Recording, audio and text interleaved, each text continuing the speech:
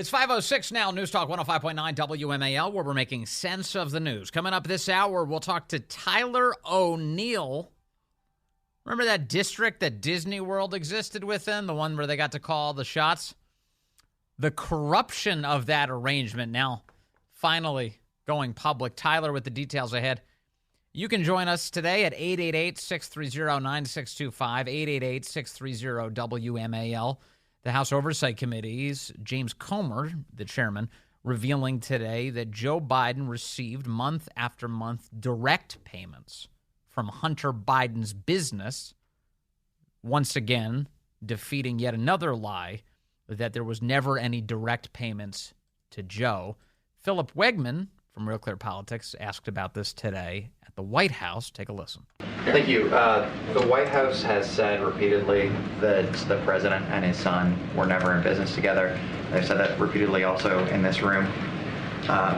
According to bank records obtained by the House Oversight Committee, though, one of Hunter Biden's businesses, Owasco P.C, set up direct payments to the president. Did the president accept payment? And why would there be such an arrangement if they were never in business together, or if there was a wall of separation, as the president has previously said? So I have to be clear with you. I have not seen that report, so I would have to refer you to my colleagues over at the White House counsel's office on that particular question. All right, everyone. See some of you in Boston or on Wednesday. Thanks, everybody. Thank you. And with that, the most interesting question from the entire press conference, it's over. I'm leaving. Goodbye. For more on this, let's bring in Miranda Devine, always interesting and always has answers. She's a columnist for the New York Post and the author of Laptop from Hell. Miranda, good to talk to you as always. You too, Vince. Okay, so this seems like a big one. What do we make of today's announcement? Well, yeah, I think it is a big one. And look, it just shows the dividends that James Comer is getting from just basically following the money. This is just straight evidence that he's getting from subpoenaing banks. And look, they've still got a ways to go, but it flies in the face of Joe Biden's repeated insistence that he knew nothing about his son Hunter's overseas business dealings, that he had a wall between himself and Hunter and his businesses. That he knew nothing and had nothing to do with it. And if you notice that the defenses coming out of the White House and also out of the sort of dark money protection groups that have been set up to take care of this problem for Joe Biden, they've changed their tune. It started off with, Joe Biden had nothing to do with anything, and then it was Joe Biden didn't know about it, and then Joe Biden wasn't in business with his son, I think is the latest one.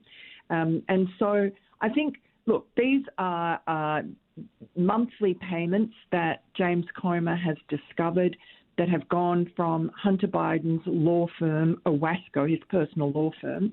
Owasco was the firm that was receiving a lot of the Chinese money, and other money from Burisma and so on would get filtered into that account as well. And so from that account, he's paying their money around $1,400 a month. Yes. And he's only, I think, shown us 3 payments. And, so you don't want to jump the gun on that, because they always have some sort of explanation. They say, it's a loan, or it's a loan repayment, right, or whatever. This is what they did with the $240,000 that was funneled through to Joe Biden from Jim Biden, his brother, who also was in that Chinese deal with Hunter. Right, but the thing I think this highlights is, first and foremost, the lies, as you said from the outset, which is that Biden claimed that his son never made money from China. He said it on a debate stage. That was untrue. He definitely made money from China. He said he wasn't aware of his son's business dealings. He met on a routine basis with his son's business partners. They claim one of the defenses of Biden is he's never received any payments. There was no money that was sent directly to Joe Biden. Well, this is proof that there was money sent to Joe Biden. Now, in the interest of full disclosure and fairness to Biden, this could be, and this is the defense I'm already seeing Biden people making, at least people who support Biden, a payment for a Ford Raptor truck that Hunter Biden apparently had. A Ford Raptor is a souped up, very fast, very expensive version of the Ford F-150. And this appears to be in the same amount as the payment for that truck. But this, again, is a demonstration that that was a lie, that Biden never received money from Hunter's business? He clearly is here.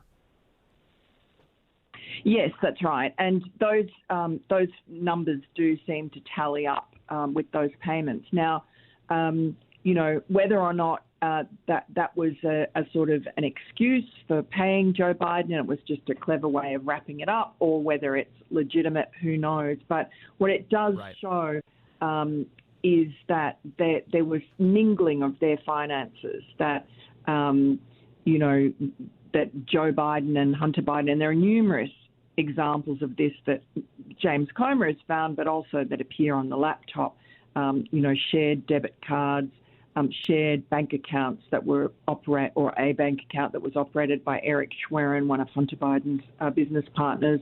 And there was also evidence that Hunter was having to pay bills for maintenance and upkeep of Joe's lavish Delaware estate, things like building retaining walls and painting and replacing shutters or replacing air conditioning.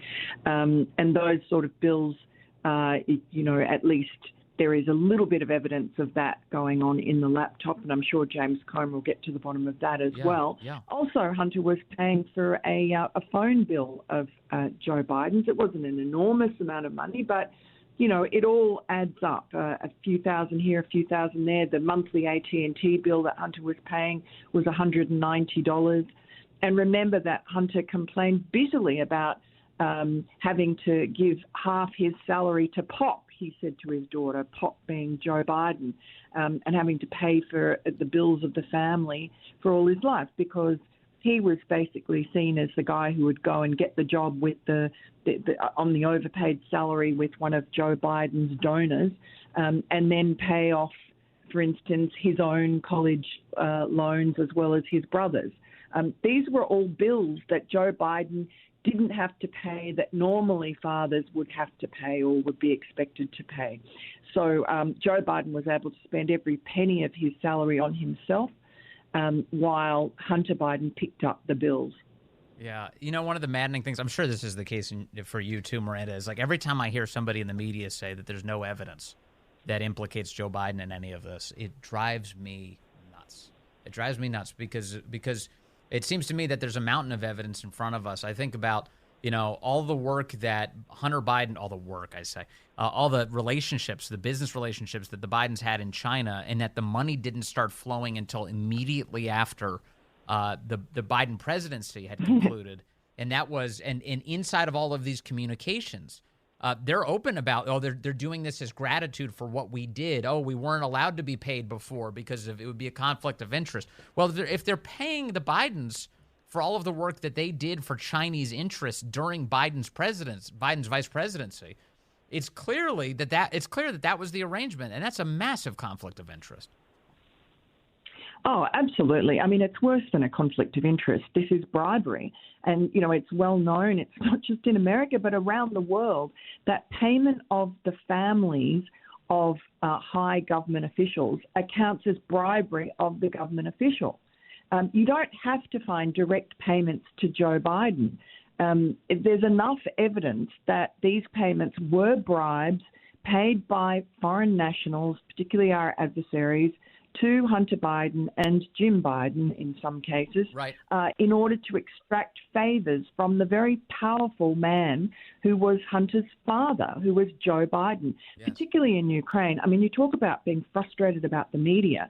I'm just about to send a tweet just countering these ridiculous argument that Jake Tapper from CNN made when he was interviewing poor old Jim Jordan the other day. I mean, Jim Jordan couldn't get a word in edgeways because Jake Tapper, who sort of likes to think of himself and portrays himself as a kind of a straight shooter and a guy, proper journalist who just based on the facts, he's hysterical and practically yelling at Jim Jordan and saying it's not true that Victor Shokin, the prosecutor who was ordered fired by Joe Biden, was investigating corruption. He says Joe Biden was trying to get a prosecutor who was not pursuing corruption fired. It's the fact. Well, it's not a fact. Victor Shokin was conducting an active investigation into Burisma, which was the company that was paying Hunter Biden $1 million a year when he was fired. In fact, he had just seized all their property. Yeah. In fact, Miranda, my memory is that the Obama State Department had issued a number of memos indicating that they were happy with the progress of Shokin's pursuit of corruption. Absolutely. In fact, Shokin has a letter that he was sent by Victoria Newland on behalf of John Kerry, the Secretary of State, saying what a great job he was doing. They were all very happy, and he'd made all the reforms he'd been asked for. But the problem was he was pursuing aggressively this investigation against Burisma.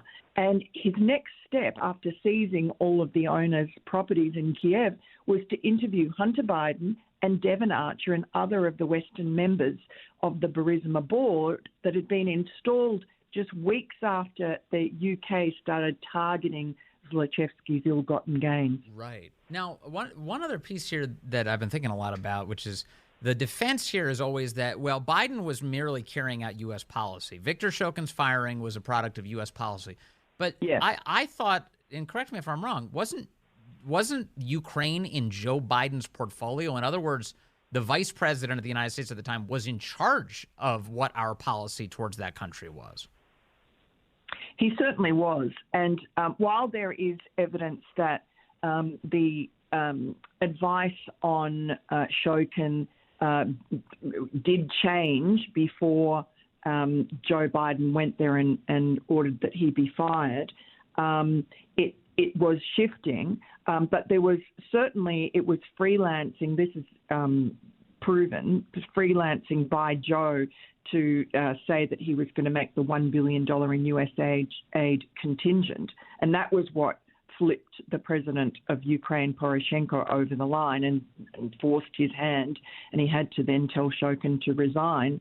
But also, it's really a mirage. Jake Tapper mentions this, that the, quote, entire West was pushing for Shokin's removal.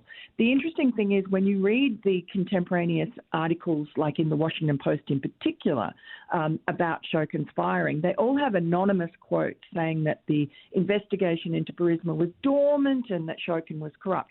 No one ever has any evidence that Shokin was corrupt. To this day, there's no evidence of corruption. And what's more, when you actually go and track down, as I have done, and interview the European officials, who, the few of them that have been quoted on the record, they say, oh, no, we had nothing to do with Shokin. I left anything like that up to the Ukrainians. I was just upset because they'd taken so long to get the money back from the previous Yanukovych kleptocracy. They'd taken so long to get those assets back. Well, that wasn't Shokin's fault. Shokin was actively doing that. And in fact, Shokin was involved in the only repatriation of those stolen assets, $1.5 billion, that came in after he was fired. Yes. And the other aspect of this is that his successor, a guy called Lutsenko, who was handpicked and who Joe Biden called a solid choice, he dropped all the investigations against Burisma within months. So Burisma was off the hook, paid a $7 million fine, which was chicken feed, and Zlochevsky was free, the owner was free to come and go as he chose, and Hunter Biden continued to be paid. Although, interestingly, a couple of months after, or a few weeks after Joe Biden was no longer vice president, Hunter Biden's pay from Burisma was cut in half. Of course. That's the way it always... just ask the Clinton Global Initiative. That's how it works. You know, you lose the money when you don't have power anymore. Finally, on that question, I've been wondering as well about Barack Obama. Why hasn't Obama spoken up in Biden's defense if this was all consistent with the Obama administration's position? Very good question. Look, I mean, it's extraordinary that the Obama administration didn't do something about it. You see little tantalizing clues in the laptop about how the White House counsel intervenes and tells Joe Biden, don't do this or do that. Like, for instance, take down a photograph that Burisma had put up on its website of Hunter Biden after he joined the board. That was a frantic thing that came from the White House counsel. And also... Why? He's a private citizen. He's allowed to do whatever he wants, I thought. Yeah, exactly. So much. But, there's an ethics, I can't remember his name, Walter something or other, who's quite vocal now about, this is outrageous. He was the ethics czar during the Obama administration and did not say a word. Walter Schaub, I think his name. Yes. And,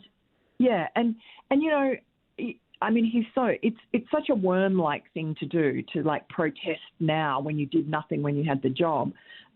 But obviously there were warning bells going off. I mean, there were stories even in the New York Times about Hunter being on the Bruisman board and this being a big problem. Why Obama didn't step in and stop it is, it says a lot about his own morality and ethics.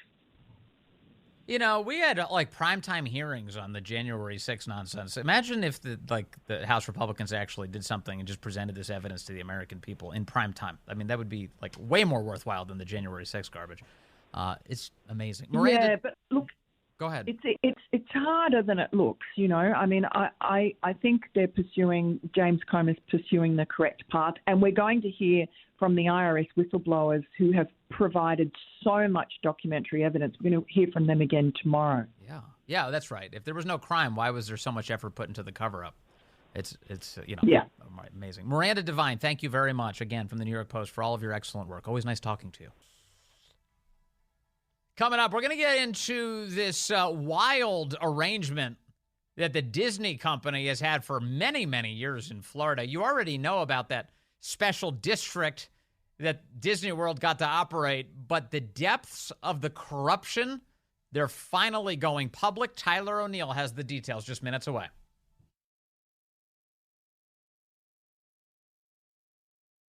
Good afternoon to you. It's 5:35 now. News Talk 105.9 WMAL, where we are making sense of the news. You can join us today at 888-630-9625. 888-630-WMAL. Would be happy for your contributions today. What do you think of Disney these days? Is your family buying Disney products at all?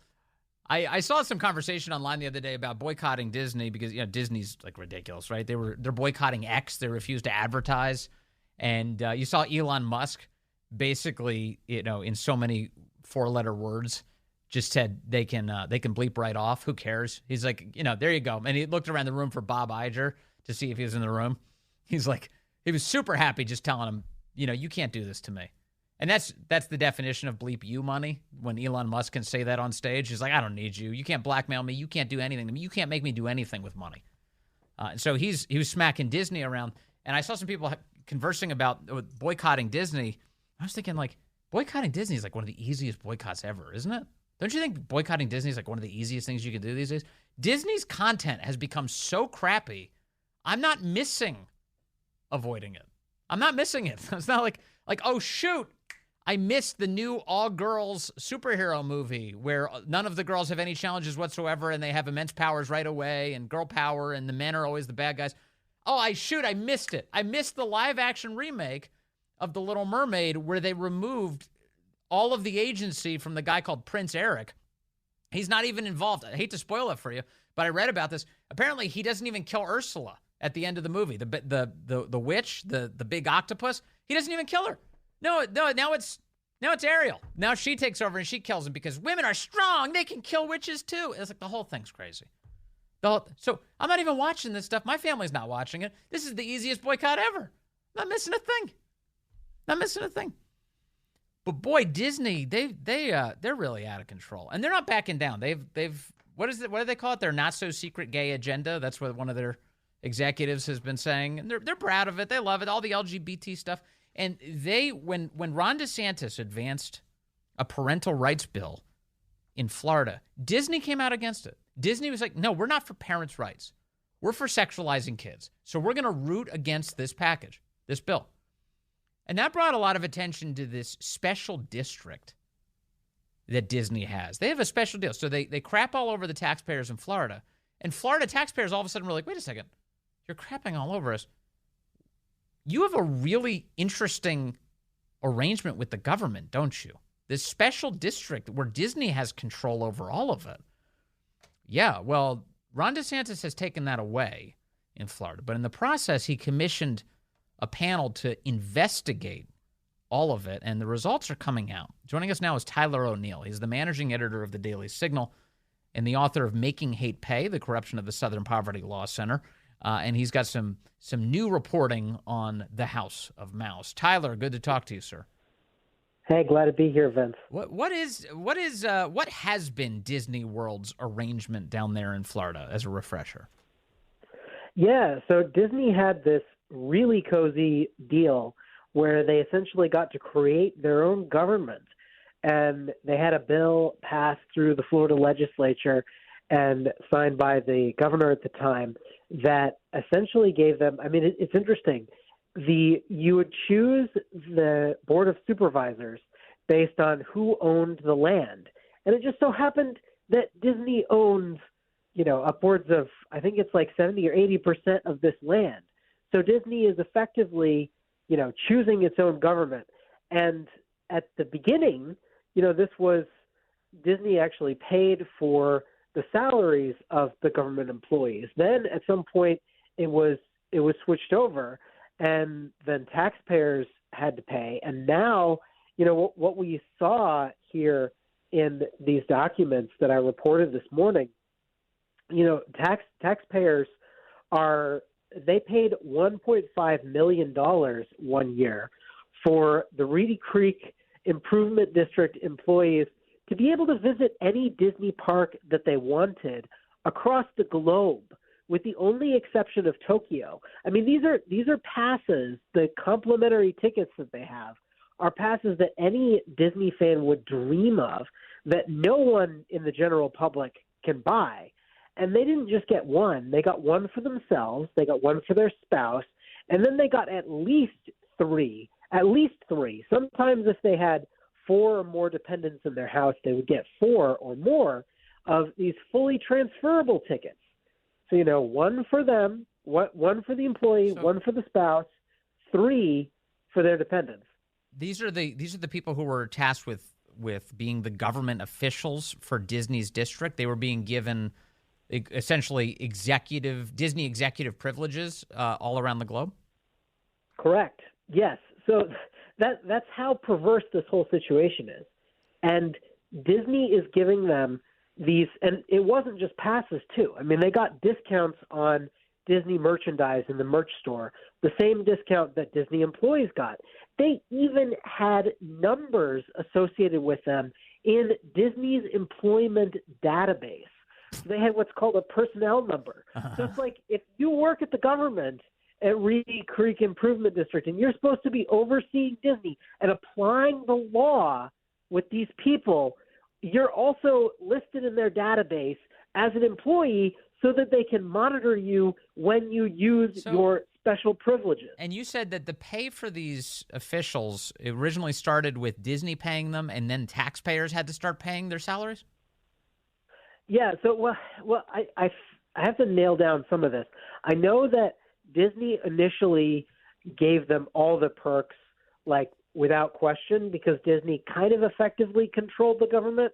But then, at some point it was changed so that Reedy Creek Improvement District spent taxpayer money to buy these perks from Disney. Because I think they realized that maybe it looked a little suspicious. I don't know. But I'm not sure which is worse. At that point, you're just raiding taxpayer coffers in order to enrich your company. Yeah, well, and it's even worse than that, because you have these government officials who are getting these benefits, and the government is paying the company for those benefits. But the government officials don't all know that the government is paying for them. So a lot of these officials thought that Disney was, out of its own kindness, out of its own goodwill, extending them these benefits. And we have emails where one of the employees is saying, "Oh, I love that we get this discount on Disney cruises.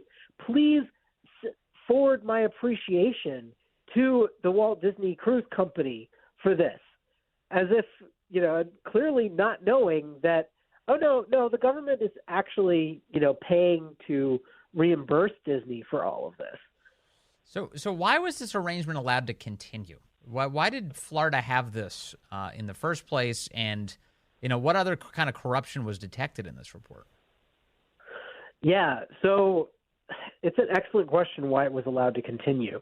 I really think, Disney did itself a tremendous disservice by finally getting involved in politics and allowing the governor of Florida to look at this and the Florida legislature to decide, oh yeah, maybe the special status actually doesn't make sense, because I think it's healthy for the state of Florida and for the region that this would, that this is solved and no longer is the case.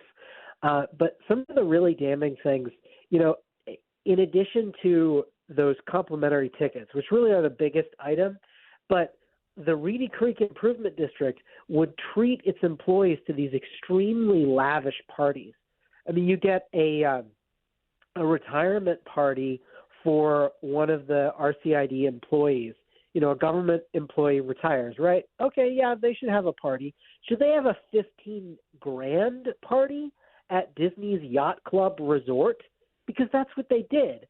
Or when an RCID employee unexpectedly passed away, that's tragic, right? They'd hold a celebration of that life.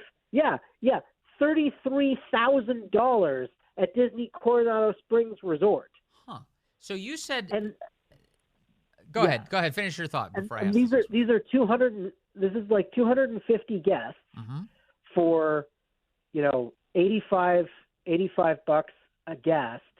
With and that's just part of it. Yes. But these are very lavish, and these are places that residents can't book these very easily, but the government there, which oversees Disney, of course, can book it extremely quickly, and Disney will pull out all the stops. Right. You mentioned at the beginning, did you say that the district, Disney owned, 85% of the land in that district? Yeah, let me see if I can pull up the number. Okay. But it wasn't 100%. They owned a majority of it, but not all of the land. Correct. Yeah, so Disney...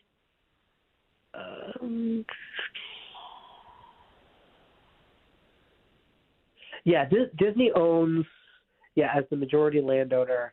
Yeah, I haven't seen the exact percentage. Okay. But they were very much the majority landowner. Right. So what ended up happening was Disney effectively selected the board that governed them and made the rules. Right. So the reason I point that out is because they don't own 100% of the land. They're not just making decisions for themselves. They're also making decisions for the other minority landowners in the area. Correct. Yes, and actually one of the important ones. And you want to ask for an example of corruption. There's a DoD-run resort called Shades of Green, which is specifically for veterans. Yes. And there was a controversy where the Reedy Creek Improvement District had to make a decision for a road, and they said, there's this email. If you go to my story, you can see it where Reedy Creek District employees are going back and forth, and they say, "Oh, we could do this option, which Disney doesn't like it. We could do this option, which Disney really doesn't like it, or we could do this option, which cuts off the pathway between Shades of Green Resort for military veterans and a Disney property." Yes. And Disney really likes that, but Shades of Green doesn't like it. Guess which of those ended up happening? The pathway was blocked, and now Shades of Green was cut out. And this is military veterans, yes, being snubbed by their own government. Yeah. In fact, it's funny you mentioned that. I stayed at that hotel because I'm a military brat. When we went to Disney many years ago as a family, I stayed at Shades of Green. And the one thing I remember about them, fantastic onion rings. Yeah. They had a tower of onion rings in the restaurant. It was amazing, honestly. I've remembered it ever since. So there you go. So you have a place for military veterans, and Disney cut them out because they had control over this district. And you also have these emails where employees of the district express concern. There's one guy who says,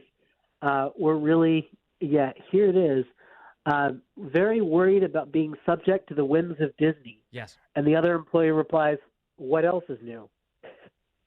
It's amazing, isn't it? It's just so. I mean, it just really goes to show you, Tyler, the kind of the merger of government officials and big corporate power that we see going on. Somebody might define that as fascism, actually, in the United States, and that's expressed through Disney. And now all of a sudden, Disney. It's so funny. Like, they had this sweetheart deal, and then they stepped in it. They attacked the people of Florida.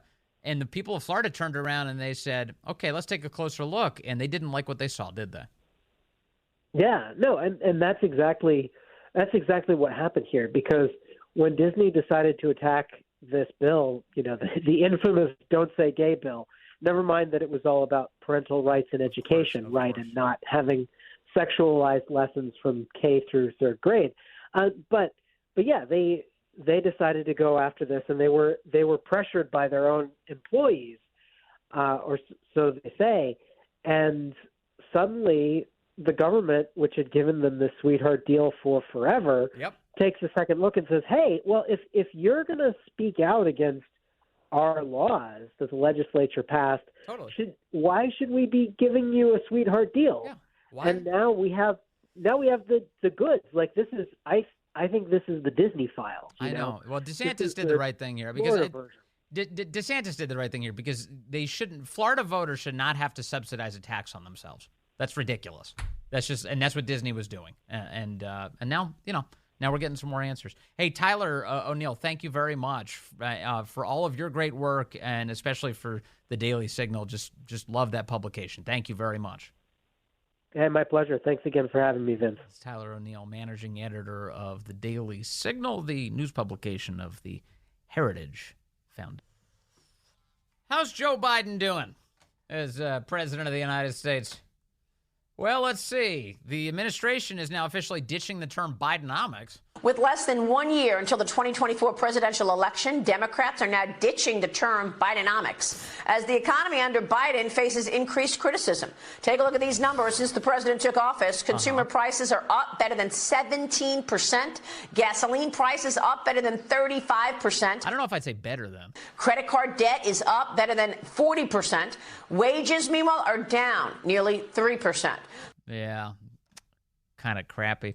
How's Scranton doing? Remember Scranton, Joe? This audio is from Scranton, Pennsylvania. Fox News captured it, talking to residents of Scranton. Here's what they have to say about old Uncle Joe. My opinion is he praises here, but I don't think he actually grew up here technically. So he uses that as that he cares about us. I think Steve Carell has more time in Scranton than Joe Biden does.